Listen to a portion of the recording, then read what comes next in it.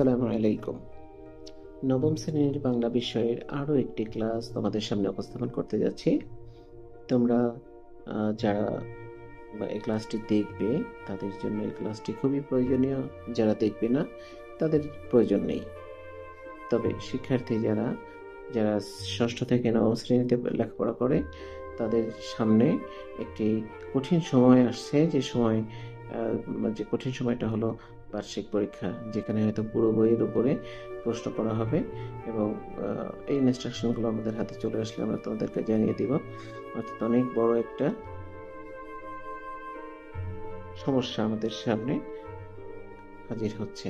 যারা নিয়মিত লেখাপড়া করবে তাদের জন্য কোনো সমস্যাই নয়, যারা নিয়মিত লেখাপড়া করবে না তাদের জন্য অনেক বড় একটা সমস্যা সামনে দাঁড়াবে। তো যাই হোক, আমি আশা করছি আমার কোনো স্টুডেন্ট এমন নয়, তারা সবাই নিয়মিত লেখাপড়া করে, নিয়মিত স্কুলে যায় এবং সময় মতো লেখাপড়া করে পরিপূর্ণভাবে তারাই যারা শেষ করছে তারাই কেবলমাত্র পরীক্ষায় খুব ভালো করবে। তো এই পরীক্ষার মধ্যে যে বিষয়গুলো খুব ইম্পর্টেন্ট, আমি বলেছি যে বইয়ের যে কাজগুলো আছে সেগুলো খুব ভালো করে করবে, বইয়েতে যে প্রশ্নগুলো দেওয়া আছে সেগুলো ভালো করে পড়বে। এছাড়াও কবিতার জন্য মূল ভাব ভালো করে পড়বে এবং কবিতার যে বৈশিষ্ট্যগুলো আছে সেই বৈশিষ্ট্যগুলো কিভাবে মূল্যায়ন করা হয়েছে সেই বিষয়টা আসতে পারে মানে খুবই ইম্পর্টেন্ট এটা। কাজে এই বিষয়গুলো তোমরা ভালোভাবে জানবে। তো চলো দেখি আজকের ক্লাসে, ছোট্ট ক্লাস হবে, আজকের ক্লাসে কি রয়েছে আমাদের জন্য।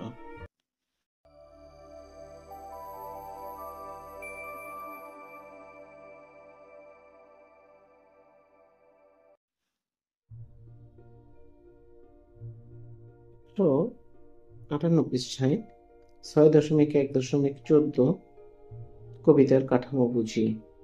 আমরা কবিতার কাঠামো লিখে আসছি, অনেকগুলো কবিতা তো শেষই হয়ে গেল।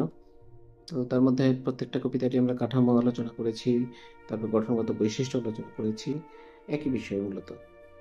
তো যাই হোক, এখানে আমরা দেখি যে আমাদের আজকের যে পাঠ সেই পাঠে কি রয়েছে।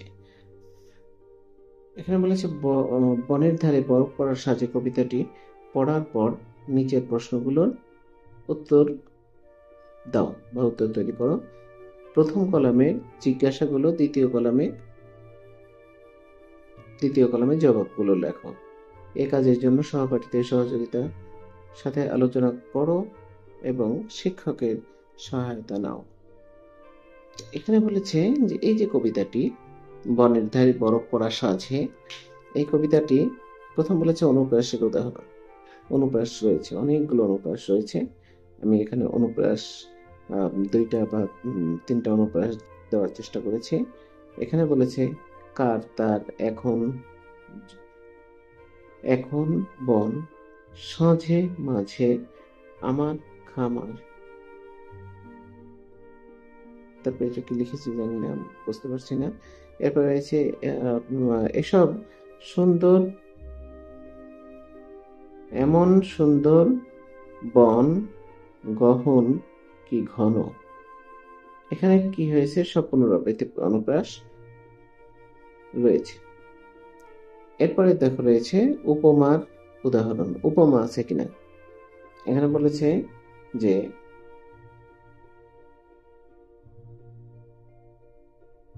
কবিতার লাইনগুলো দেওয়া, উপমা লাইনগুলো দিয়ে দেওয়া আছে। বরফের কুচি ফেলে শ্বাস, এছাড়া এই কবিতায় তেমন কোনো উপমা বা উদাহরণ ব্যবহার করা হয়নি।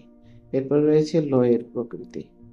লয়ের প্রকৃতিটা কেমন, বলছে কবিতাটির অন্তমিলের হলেও এটি ধীর লয়ে, ধীরে পড়লে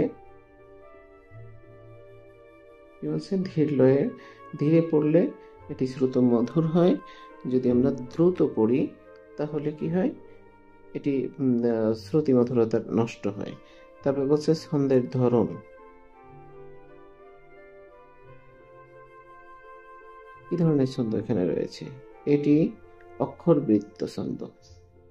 এই জায়গায় অক্ষরবৃত্ত ছন্দ রয়েছে, যে ছন্দে লেখা সেটা হলো অক্ষরবৃত্ত ছন্দ। তো অক্ষরবৃত্ত ছন্দ কাকে বলে সেটা যদি ভুলে গিয়ে থাকো তাহলে 6টা-7টা ক্লাস আগের ক্লাস দেওয়া আছে, সেই ক্লাসগুলো একটু অনুসরণ করো।